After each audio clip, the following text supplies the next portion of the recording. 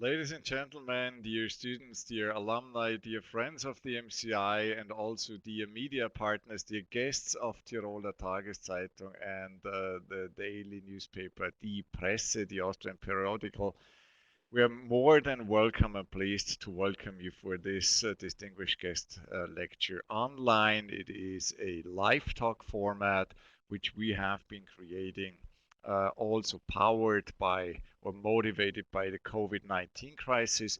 But as already mentioned earlier in earlier events, we will continue on this format, and we are more than pleased to have you on board, to have you out there on the live stream, and to welcome a distinguished guest, as already mentioned. And the distinguished guest of today is the Director General of Doctors Without Borders, Médecins Sans Frontières, Austria, Laura Leyser. Laura, we already see you on screen. More than pleased to welcome you. Thank you. Hello, everyone. I've already been mentioning that we have media partners. The one is Tiroler Tageszeitung, the other one is the Tageszeitung Die Presse, and the other one, a third one, is Südtiroler Wirtschaftszeitung. Welcome also to the readers on their digital platforms who will see us, who can follow us, and all of our distinguished guests out there watching us now. All those have the opportunity to send us questions. We have already been receiving some questions ahead of the event, and you may spontaneously decide to send us questions. The questions will arrive to me, will arrive at my account, and I will try to bring them in as well as good as possible. Now, today we are talking about a topic called Beyond the Limits. And this Beyond the Limits has a lot to do with our guest and has a lot to do with the organization she represents and she manages. Dear Mrs. Leyser, dear Laura, what would you think? How is it? How did you become Director General of such an institution? How does that work? If we may start like that. That is a good question. And sometimes it seems things only make sense when you look at them in hindsight, I suppose. I have to say that coming from a multicultural background, very early on, I realized already as a child that not everyone in this world has the same opportunities as myself, being born in beautiful Austria and getting all of the support here. And so being quite stubborn as well, I always knew that I wanted to work in development cooperation or humanitarian aid and similar. And then after school, I also decided to do my university studies in areas very closely related after a short stint in chemistry where I wanted to actually go into virology and work in developing countries. I realized I was a bit more of a people person and studied anthropology and then did my postgraduate degrees in London in development management. And after a little detour in the private sector as a strategy consultant, which was incredibly interesting as well, I worked in several development corporations. I worked for the Austrian government. I spent a few years in Mozambique. I worked for the UK government and spent a few years in Nepal. And then this amazing opportunity came up 1.5 years ago, pretty much exactly. And I was able to take up this role, and I've not regretted it for a single day so far. How long have you been with Doctors Without Borders now? Like I said, it's relatively new, about 1.5 years. I joined in November 2018.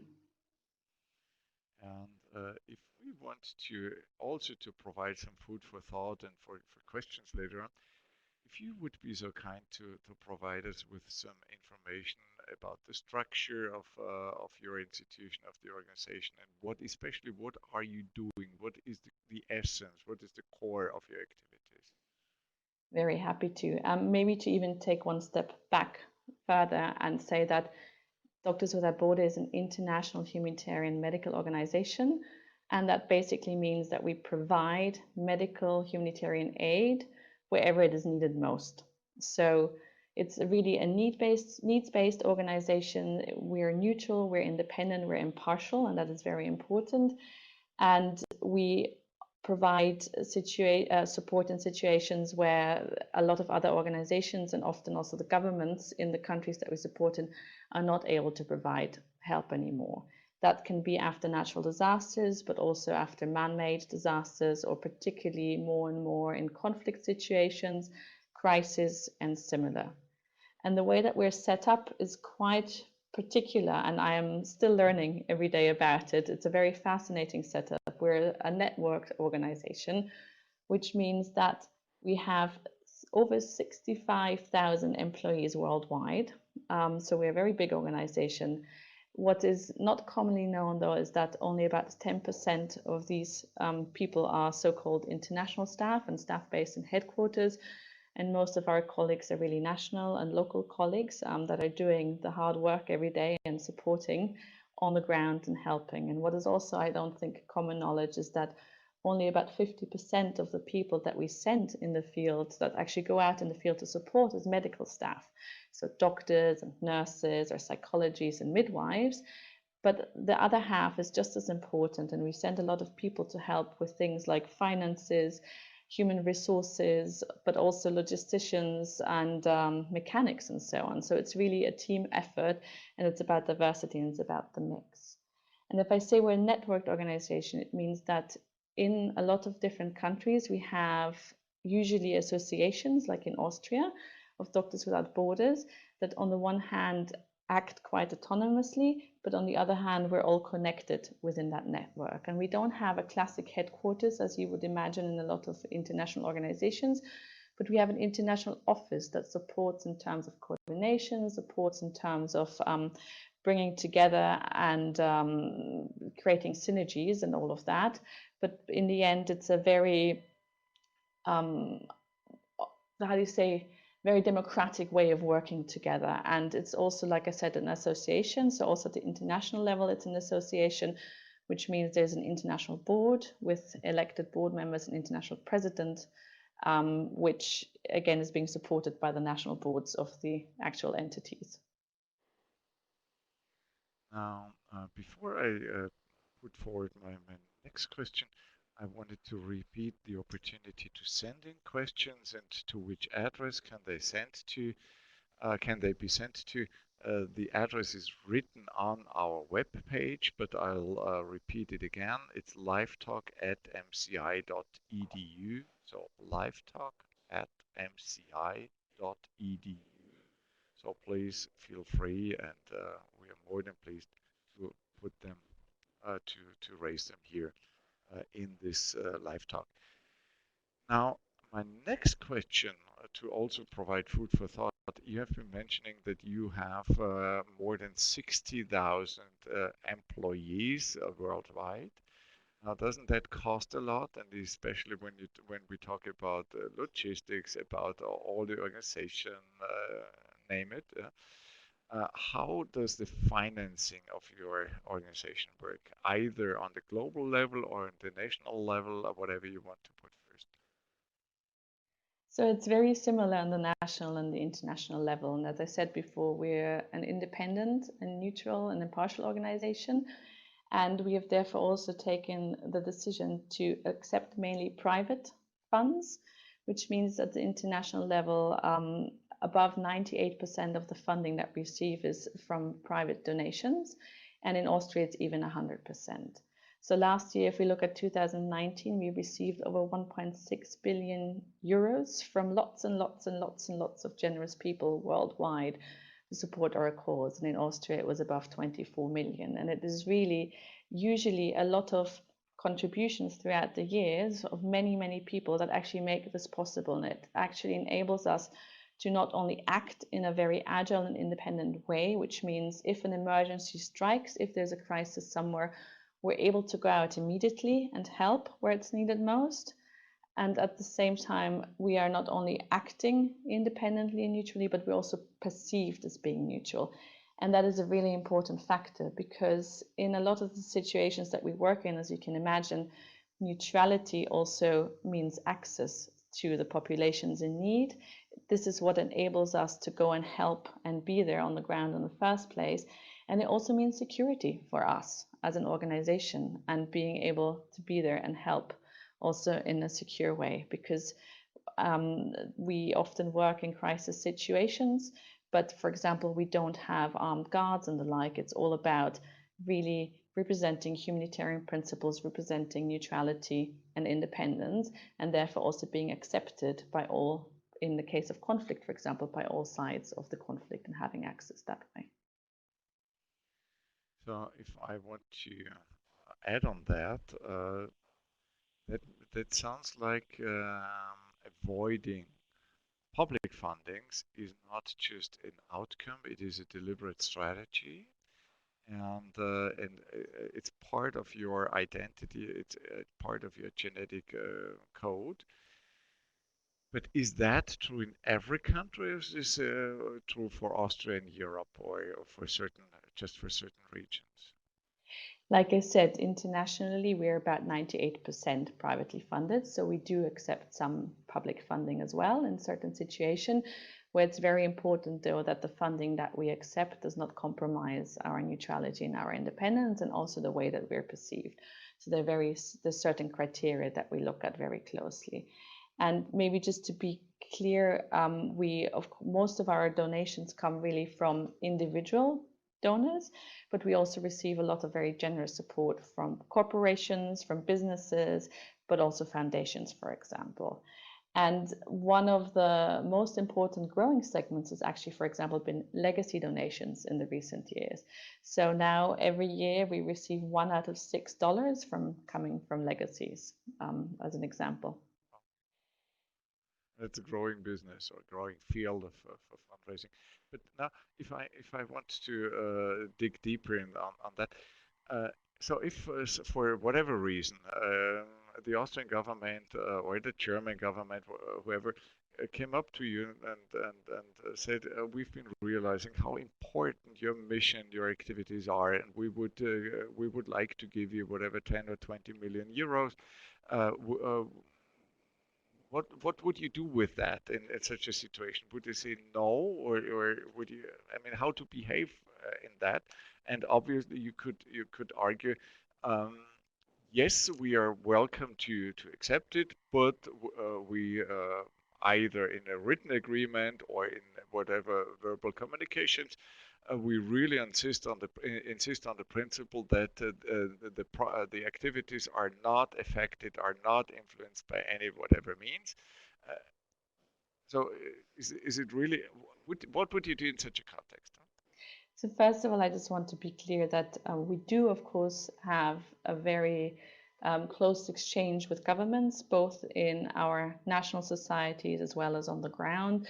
We often have policy debates and discussions. We talk a lot about particular policy decisions and international developments, and we also share a lot of information that we gain being on the ground. So just to be clear that there is a cooperation and an open exchange there.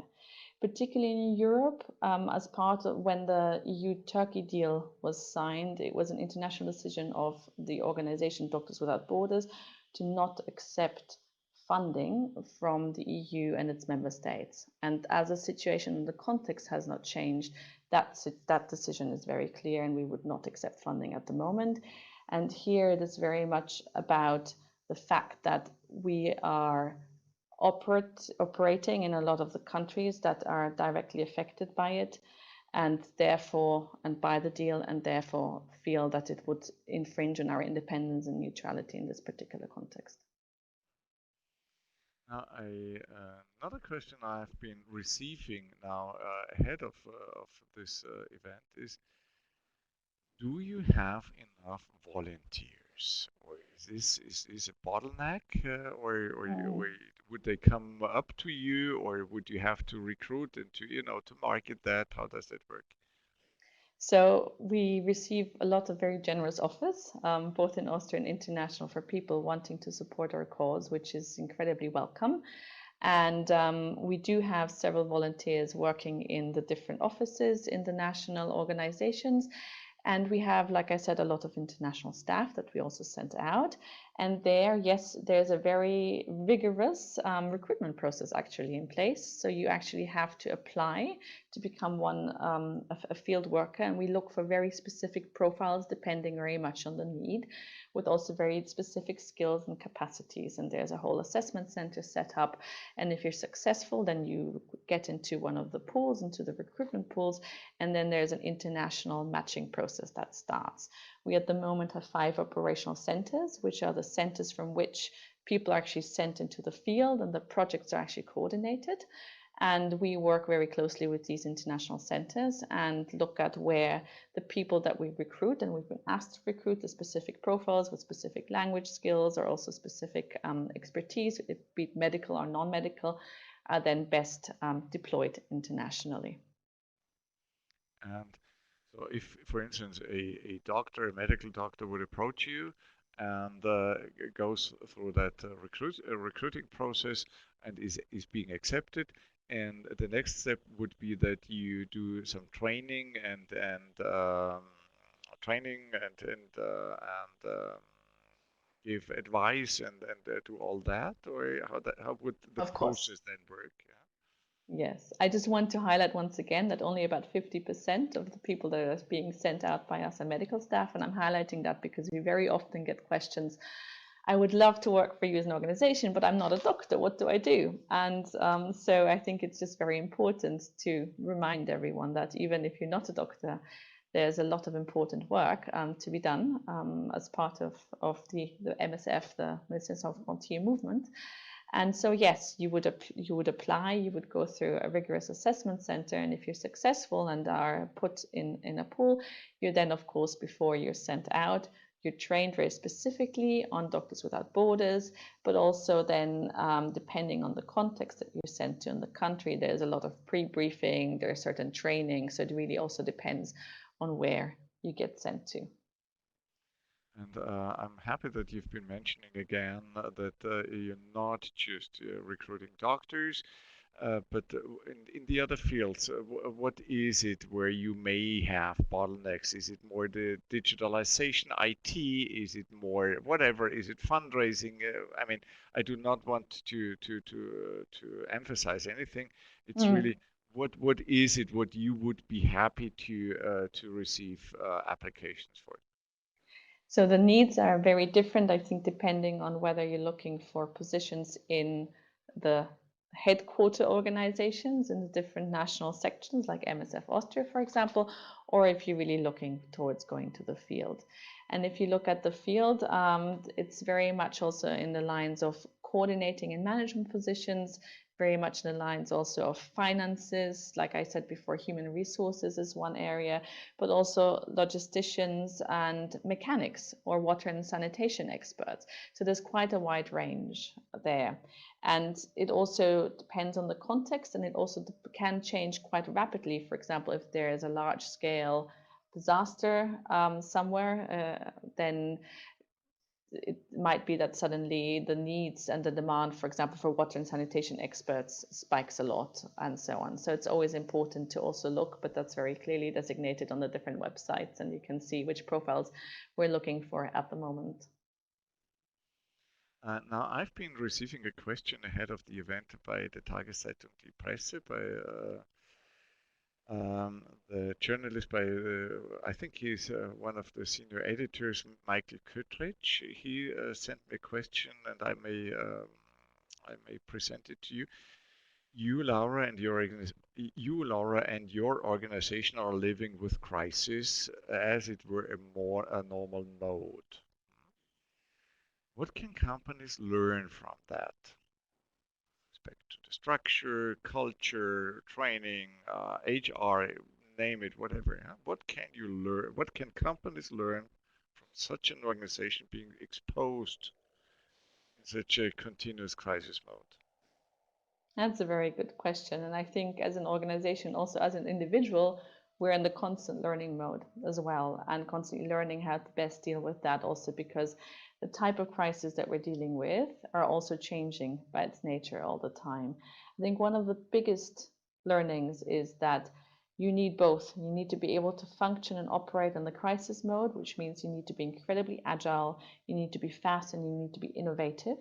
And Doctors Without Borders has some excellent learnings along these lines. We, for example, got, because you also mentioned it before, in terms of logistics, pre-packed crisis kits. We've got surgery operational theaters that you can set up within 20 minutes and are fully functional. We've got all kinds of real innovations to be able to really function in crisis mode. But at the same time, you also need to function and be able to function in a non-crisis mode. And being able to combine these two is sometimes quite a challenge, and actually identifying people and managers and leaders that can function in both settings, because it sometimes comes with very different skills and very different management styles. I may add on that, out of perhaps my personal experience in being in the military service or also with having to do with voluntary firefighting, or also in my present management position in the academic field. Now, typically, if you have organizations dealing with crisis, very often, their structure and their organizational mode is very hierarchical. Mm-hmm. And you mentioned, I mean, and clear decision making Yes. and all that, whatever it takes, but typically to put it in one term, very hierarchical. Now, I heard some different terms from you. How would you see that? Is some kind of necessity towards hierarchy also within Doctors Without Borders? If you would like to describe, So describe that a bit deeper. I think you put it quite to the point. In the actual emergency mode, in the situation of reacting to an emergency, a very clear line of command and very clear responsibility is important. And there are much stronger hierarchical structures necessary as well in order to be able to deal with that. But at the same time, you are managing a large organization, you've got a large back office, you've got a lot of parts of the organization that are not in a constant emergency mode. Sometimes they are, but a lot of the time they're not. And there, you also, particularly in a networked organization such as Doctors Without Borders, which is an association where people also really want to contribute and want to participate, you need a very different management style that is a lot more participatory, that has much flatter hierarchies, that has ways to enable bottom-up feedback, and really a very different setting, which is sometimes quite interesting to have these different cultures in one and the same organization. Creativity, inspiration, engagement, Exactly. quality, whatever.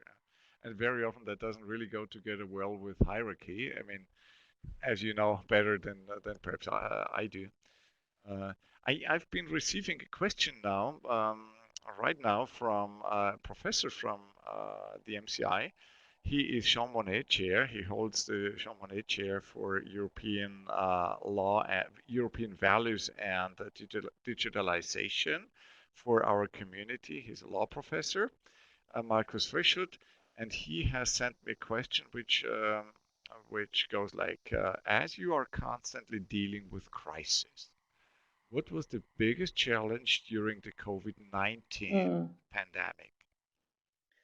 That's a very good question. I think the scale and the breadth and the globality of the crisis even surprised Doctors Without Borders, if I'm very frank and honest. And the fact that actually it hit us in Europe first before it hit a lot of the countries that we're operational in meant that we suddenly had to also react and manage situations in some of our home societies and become operational in some of our home societies that we usually wouldn't do. So we have projects, for example, in Italy, but also in France and in Spain, where we were doing very similar activities as we would usually and are doing in a lot of other parts of the world as well. And additionally to that, one of the biggest challenges that we have been facing with the whole COVID situation and the crisis is making sure that our response in the countries that we work in is still able to function. If you think about how some of our health systems that are actually highly developed and very sophisticated have struggled and nearly collapsed, You can imagine what it must be like in some of the countries where we usually work in, where there's barely a health system there, a functioning one, to start with. And just to give you a bit of an example, in Ethiopia, which has 100 million inhabitants, there are about 100 ICU beds for them available, to give you a bit of an example there. So the combination of us being often the last safety net in terms of healthcare provision, and having and wanting and needing to be able to continue that provision, but at the same time also having to respond to COVID in the countries on the ground, has been a massive challenge. And as you're probably aware of, in a lot of the countries in Africa, but also in Asia and Latin America, it is only just starting. So we are lucky in the sense that we've had some time to prepare, but at the same time, the challenges that we're facing on the ground now, to having to respond often to triple crisis or so in terms of healthcare on the ground, are massive. And also massive in terms of logistics, where, for example, it has been really challenging to get staff into the countries where we work and get them out again due to quarantine restrictions, due to suddenly closed borders, or very simply due to no flights being available because everything went into lockdown. At the same time, we're facing very similar challenges like we've also been facing in Europe in terms of being able to procure and buy protective equipment for our medical staff, but also for our patients, and prices soaring massively. Masks, facial masks, for example, costing 10 times more suddenly than they usually would, are simply not being available on the international market. Thanks, Laura, for sharing all this info and also this insight. Now, I've been receiving another question from the press from Michael Köttrich, and it has already partly been answered, but I think partly not, or we may go deeper in that field. The question is, how easy or difficult is it for you to find doctors who want to work in crisis regions? So if we leave it that way, it was more or less answered. But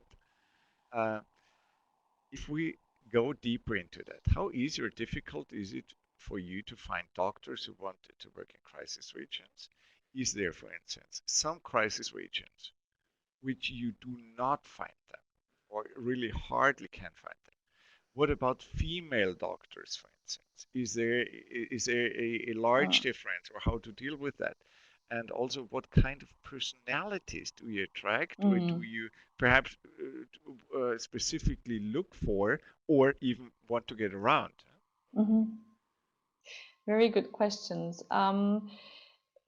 So we've got years and years of experience in recruiting people to work for us, and interestingly, we have a lot of interest, which is great, of people wanting to work for us. And if people genuinely want to work for us, usually they don't have a preference where they want to work. They want to go and help where it's needed most.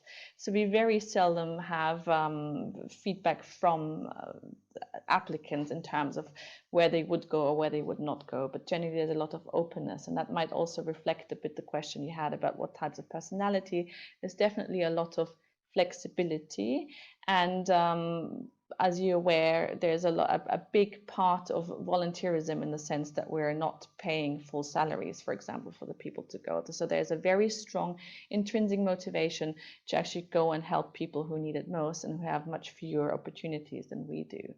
At the same time, we do work in contexts where, for example, security risks are very high, or where, as you mentioned, female doctors, due to cultural circumstances, it makes much more sense, and you will only get access to certain populations if you, for example, you send a female gynecologist and so on.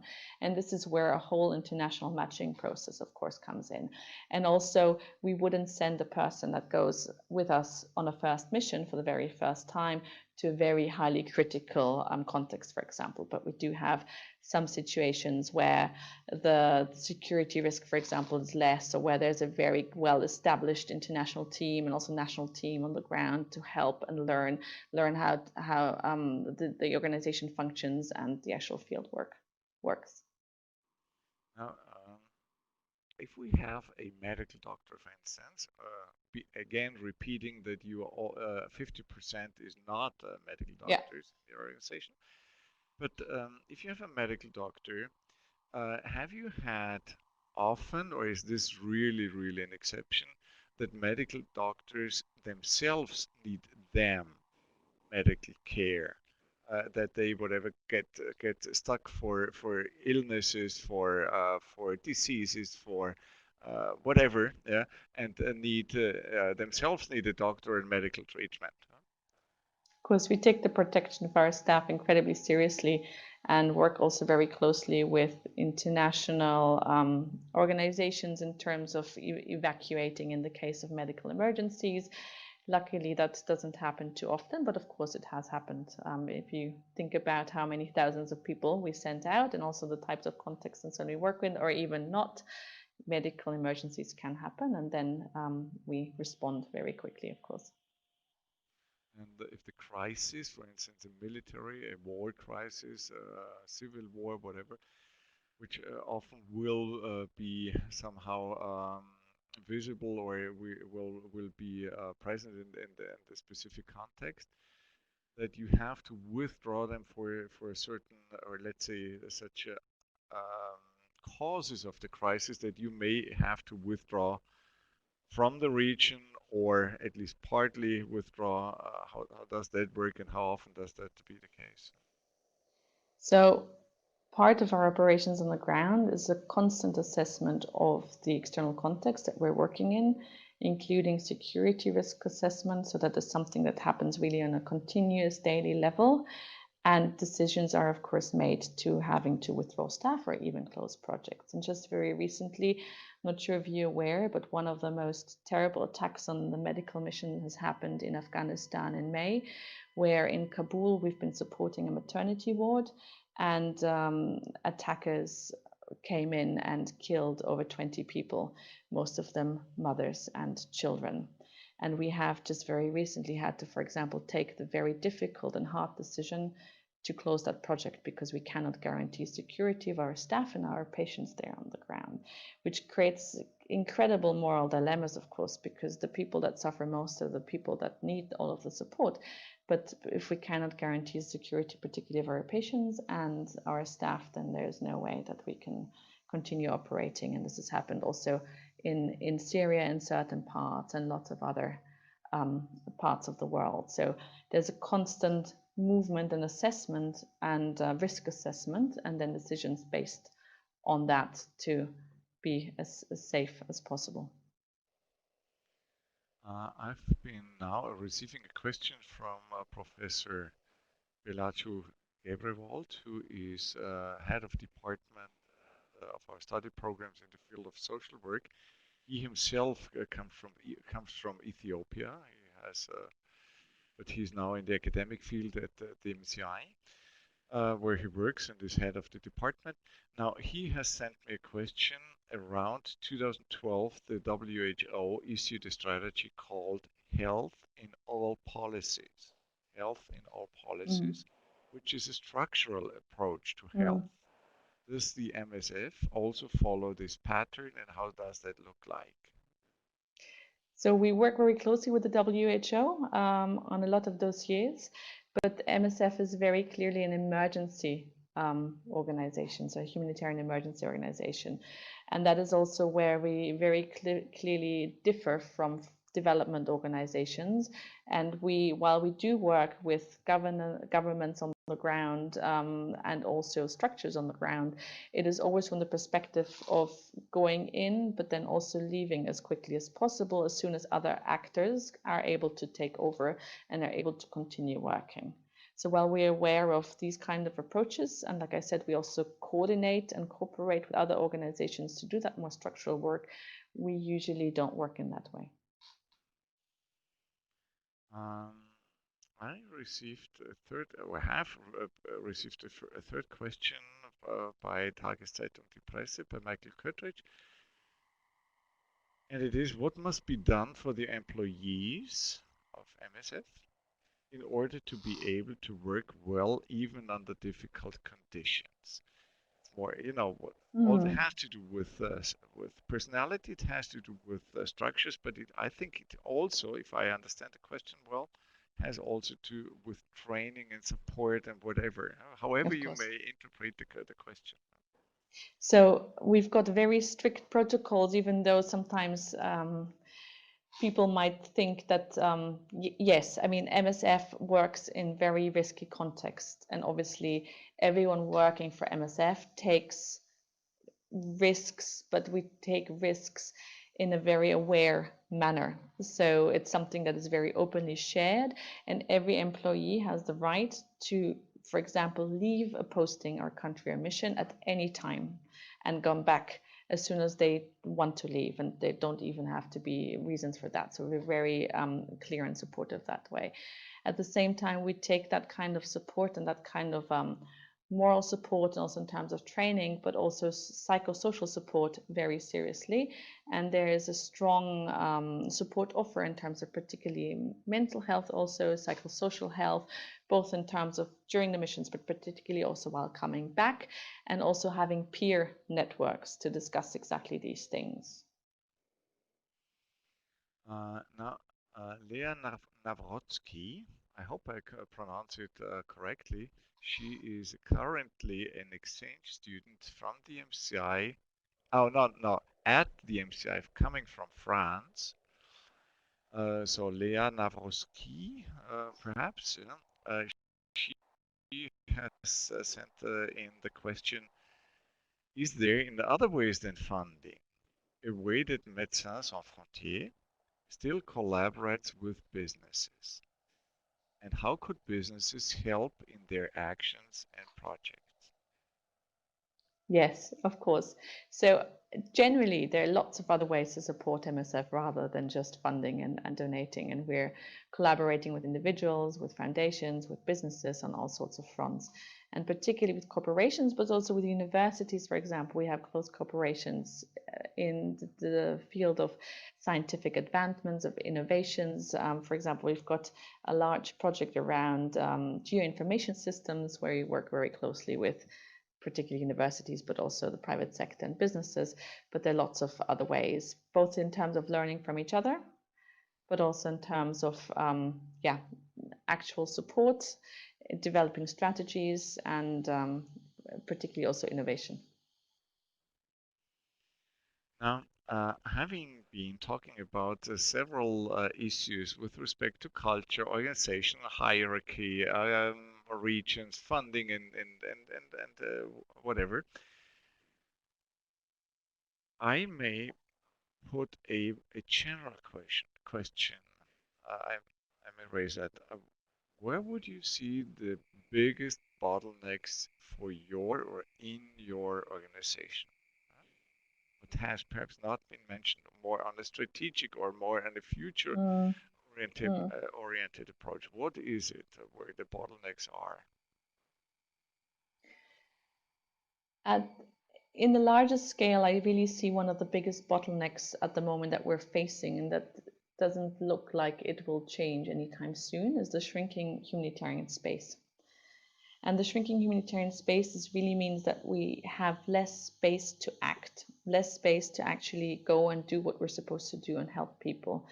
And that manifests in many different ways. And particularly what's been happening is that international humanitarian law is in many ways less respected, and we and other organizations feel that, for example, through direct attacks on the medical mission, direct attacks on hospitals, on medical personnel, and so on, leading to difficult decisions like some of them that I just mentioned, in terms of having to withdraw and actually leave the people that need it most without the support that they so desperately need.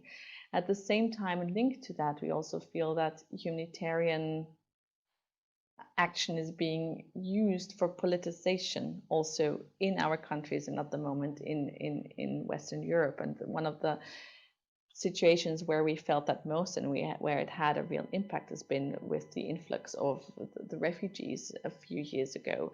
And that was something where our work became much closer to our home societies, and suddenly there was a lot more political interest and political pressure on some of these topics. And it's also what we see happening with the crisis in Libya and all of the search and rescue operations, for example, over the Mediterranean, but also the whole refugee camps in Greece, and the fact that we get less and less space to act where people need it most. Do you think this will be continuing, or is this a certain period of time where you think, or which you think will come to an end, and then there will be improvement again? That's a good question that I wish I could answer. To be honest, it's of course very difficult to say because it really depends sort of on the understanding and also the responsibility of governments to take international humanitarian law seriously, and also the citizens holding governments such as the Austrian government in this regard to account with these things. And the important thing is that organizations such as Doctors Without Borders, we don't do politics. We're not political. We're only trying to fight the fire where we see it. And it really needs political solutions to actually stop and change some of the situations that we're currently facing. My question about bottlenecks must have or may have inspired a student from us. I think he is a student from us, or perhaps even an alumnus, Michael Carpenter. He sits in Kansas City now, and must be early in the morning. And he has sent me a question. Um, Now, where are your personal bottlenecks in your whatever management position or dealing with that as a person from a personal aspect? I think my biggest bottleneck, and that probably doesn't come as a surprise, is time. So if there's a way that I can be cloned, please, I would be more than happy. No, but I think just juggling quite a demanding job where I'm very intrinsically motivated and really believe in contributing to this great organization, but at the same time also having a family and trying to have a family life in that sense, and of course also a bit of life outside that as well, and yeah, being able to manage all of that and the so-called work-life balance, which often doesn't quite work out the way one would hope to. Now, I do not have the last name, but Sebastian from Tiroler Tageszeitung sent me a question. Now, do you once in a while feel the threat or the danger of being worn out of, if to avoid the term burnout, but especially after disappointments, you have been investing in a project, and then for reasons where there's no influence from whatever your side is, or coming from third parties, but from one point to another is the question. Now, doesn't that affect or have the danger of affect your motivation and your energy? On a personal level, is that, yeah. Yeah. Well, of course. I mean, but that is life. There are a lot of setbacks, and often if you believe in something, and for me, the biggest setbacks are when I see that a lot of energy and time is invested to actually help people, and then there are setbacks beyond our control where we have to stop helping people or can't even start helping people from sort of the beginning onwards then. And that, of course, is something very difficult to deal with. But at the same time, I also get a lot of rewarding results of people that we can help, and things that do work out, and things where we do see successes and where we do really make big differences in people's lives. And that balances it quite well. And I've not ever reached the point so far in my career and my life where I have doubted one moment whether I'm doing the right thing. But I think it's also about being realistic that it's impossible, particularly working in such complex situations and environments, to have control over everything. But some things are just beyond your control, and there's only so much that you can do. But I think as long as you know that you've tried your best and can honestly say that, then then I can be resilient enough to also deal with setbacks. I have marked down a question from myself, which now coincides quite well. What was the most difficult decision you ever had to make in your management position? I mean, This management position. yeah, and I think I touched on one of them already recently, but it's really been about decisions where we have had to pull out of situations due to, for example, security risks, and know that that means that people who really need the support will be left alone. And luckily, I don't have to take these decisions alone, but it's done within a group of people, and it's discussed and assessed and all of it. But those are very challenging. At the same time, what is also very important is that MSF is not only about the medical aid on the ground, but actually one of the main reasons that MSF was founded in the first place is about the whole aspect of speaking out. So we call it témoignage in French, which is bearing witness, talking about what we see on the ground, being certain that unfortunately sometimes just helping medically on the ground is not enough.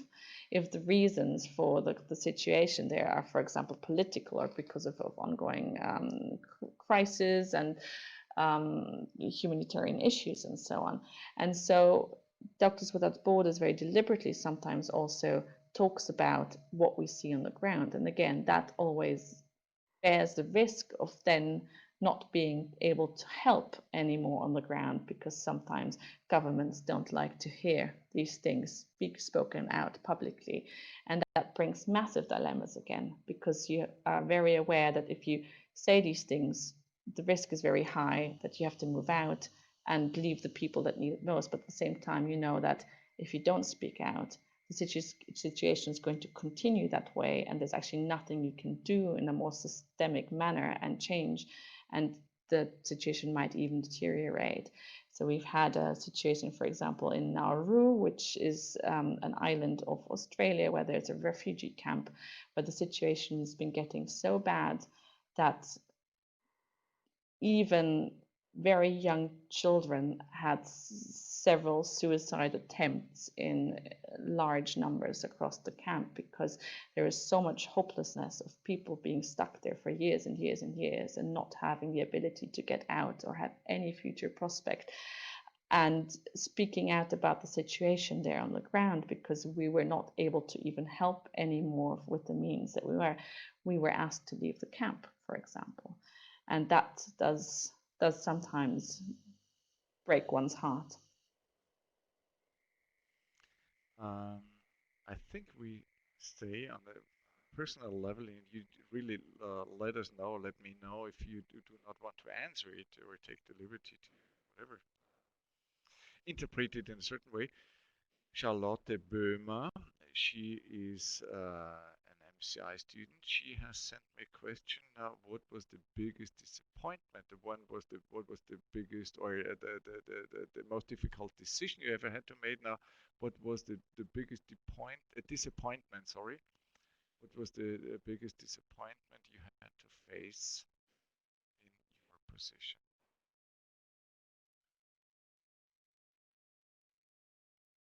In my current position, I'm not going to go into details, but I'm going to be very open here and say that sometimes I'm disappointed on coming in and being relatively new still to this organization. And I think it's very normal and something I've also seen in other organizations. And I guess that's also always where my disappointment comes from, is that I feel because of our own structures, sometimes we might be impeding ourselves as well. And that I feel we are a learning organization and we can do very well, but sometimes I feel that we could even be doing better. And I think related to the previous question about the external context and the resilience and being disappointed in having the morale in terms of the external context, it's something that I, on a personal level, can deal better with, compared to if I have the feeling this is actually something that we can influence a lot more ourselves as well. Michael Wernle, he is a doctoral student at the University of Innsbruck, has sent me a question. What are the most important lessons learned by your non-medical staff during a mission in the field? And what can businesses, as we know them, learn from people coming back? And it's a good question. It would be, of course, great to ask them themselves. And we do have the opportunity. We have a series also in Austria and also regularly in Innsbruck called Voice from the Field, where we have our staff actually talk about all of these things, and you can ask questions. But I think actually they're very similar to the lessons that the medical staff has. It's very much about understanding a very different context to work in, having to be agile and adaptive in the way that we work, having to be solution oriented and dealing with very different contexts and possibilities, but nonetheless achieving the highest and best qualities and outputs. And then, of course, there are very personal levels and learnings that I also often hear about different cultures, and also about the particularly some of the things that always stay with me is very much about this warm-heartedness, about the openness, and the thankfulness also of the people that we work with on the ground, and how welcoming they are, and that ability to really make a difference there. Economist, he works at is an MCI faculty member, senior lecturer of economics. Simon Cermak has sent in a question: how do you select projects in which you engage? How is the decision made? Are there certain criteria? Yes, that's a good question. So we work in over 70 countries in the world, which means we have a lot of teams stationed across the globe, and we constantly also surveil situations. Some triggers are very easy. For example, if there's a large natural disaster, then obviously if that happens in a context where the government or the governance or other organizations cannot help, then that's one of the triggers where we would look at and go and help. But a lot of the time it's a lot more subtle, and a lot of the time it's information that we hear, for example, about displaced populations, but we also survey mortality rates, and we've got certain thresholds that then trigger a process where we send out a team first. So we sent out a small team that is very experienced to go and assess the situation on the ground, look at what the needs are, and look at how we can help and support, and whether the type of support that we can offer is the right one, or whether we need to, for example, inform other organizations as well. So there's a very structured process, a very clear criteria, and it's incredibly needs-based, and always checking ourselves on the ground and getting first-hand information. There's questions after questions coming in. Great, I'll take it as a compliment. We take it as a compliment, and thank you for answering them so frankly and so openly. Now, Manuel, a former MCI student, now working in the healthcare sector, he asks, what role do you as the Director General of Austria play in organizing MSF missions? Are their missions centrally coordinated, or do the individual countries coordinate their own projects and staff? So we've got 5 operational centers. They're currently based in Geneva, in Paris, in Barcelona, in Brussels, and in Amsterdam. And that's where the missions are coordinated. And Austria, as a partner section, we work very closely, particularly with Geneva, but also with Barcelona. And I'm, for example, part of the management team of the operational center in Geneva. And there we have a normal annual planning process, as you would imagine in any business, but then also we have a contingency, of course, for emergencies that, due to the nature of emergencies, you often cannot plan for.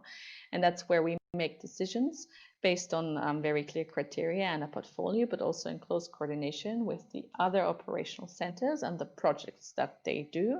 And then sometimes we also have more than one operational centers with different projects in the same country, and then have a coordination there on the ground as well to make sure that we all work together.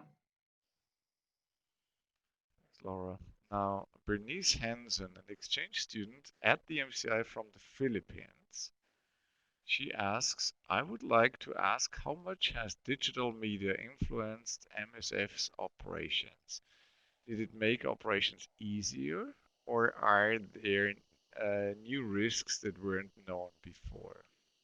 Yeah, it's a good question.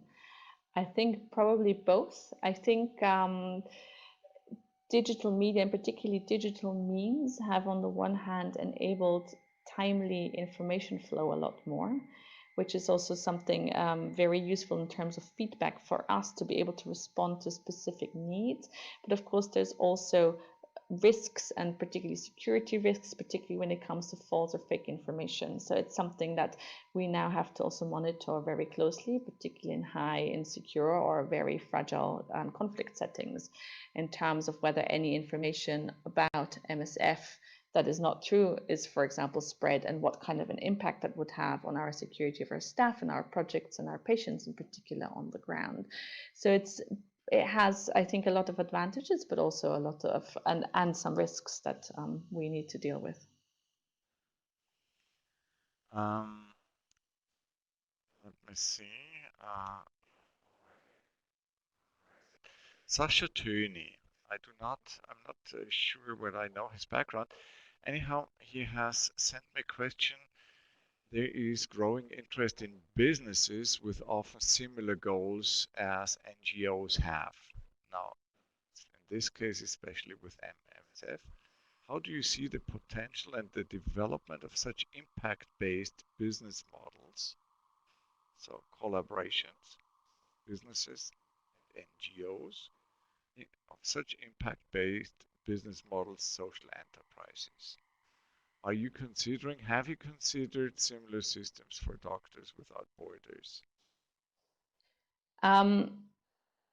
So we do have corporations in very specific sectors and parts with the private sector, and there, of course, as far as I know, and I have to be very frank, I don't know all of the corporations that we have internationally ongoing at the moment, but I don't think we've sort of got social impact bond type corporations at the moment. But what is difficult to have a sustainable model like this with MSF is its focus on humanitarian aid, where it's really about being incredibly fast, incredibly reactive, but then also being as very flexible to move out again. And this is a lot of the time, or even even to say no for. I cannot hear you now, Laura. I have a frozen picture. I'm not sure whether the audience has the same. Laura, can you hear me? Laura? Laura, if you can hear me, perhaps reboot, restart your system, or we'll grab the phone and continue on audio. Laura? I'll look to my technicians. Can the audience hear me out there? Yes. So Laura, I'm not sure, as we are running out of time anyhow and coming to an end, perhaps I may ask for understanding our media partners and the audience that we need to come to an end anyhow, and perhaps we may talk later on, Laura, how to proceed in the future if there is certain projects we may be doing together. I know that we've been working together on the career and recruitment level and some projects, but whether there is further opportunities to encounter. Now, thank you so much. Actually, it's getting 6 o'clock, so the hour has been filled with questions, filled with contributions by Laura Leyser. She is the Director General of MSF, of Doctors Without Borders. Thank you so much, Laura. I hope you can hear me, and also as I'll present my gratitude afterwards. And as already mentioned, try to arrange future projects together. Now let me give you a preview, all you there on the live stream. Our next digital live talk will be Rudi Schreiner. Rudi Schreiner is the president and co-founder of AMA Waterways. AMA comes from Amadeus. AMA Waterways is a river cruise company, a global river cruise company located with its headquarters in Los Angeles. And Rudi Schreiner will be talking on global travel, what now? That will be taking place on Wednesday, 24th of June at 6 p.m. as he sits in California. On Friday, the 26th of June at 5 p.m., we have a very, very also actual person. Now, Dick Costolo, the former chief executive of Twitter, and a multi-entrepreneur, partner of Index Ventures. He will be talking about the role and impact of social media on Friday, the 26th of June. And now Cindy Mabaso Koyana, she will be our distinguished guest on Tuesday, the 30th of June at 5 p.m. She is the chairperson of AWCA, a large investment holding in Africa. She is located in South Africa. She's one of the global most influential African business leaders and an entrepreneur herself. She will be talking on leadership in turbulent times. But now we have Laura again on screen. I have been trying to fill the time with my gratitude with some announcement, giving a preview. I cannot hear you. We can see you, Laura. Is your microphone You on? now? Yes, yep, we can hear. Yes. Yes, I okay. already Yes, tried to as we express my discussed in gratitude. advance, unfortunately, good. Anyhow, The as internet we connection are did fail getting at to some an point. yeah, no problem. As we are getting to an end, I would perhaps, if you are still available already, the 60 minutes have been filled already, with the final question. Ulrike, an MCI student, asks, are there also employees working in the headquarters of Austria who have studied at the MCI before? That's a good question. We don't have, I think, at the moment, any employees, but I couldn't swear, but we have a lot of interns, and we've had interns from MCI for several years now, and we've been really impressed and really happy with the support that we've been getting, and are very much looking forward to hopefully receive further support and yeah, contributions from you and others in the future. Now, now as the issue of collaboration with universities has been raised by a student, perhaps I may add on. Are there desires, requests, also perhaps complaints regarding universities? What would you wish universities would do more? What would you expect from universities? I think what would be really important is to give more space to raise awareness for humanitarian issues and humanitarian crises in the education system more broadly, sort of starting from schools, but also at university level. But then at the same time, also in university, and particularly education, in university education, focus not only on technical skills, but also capabilities. So encouraging students to think critically, to connect the dots, to understand the bigger picture of things, and also to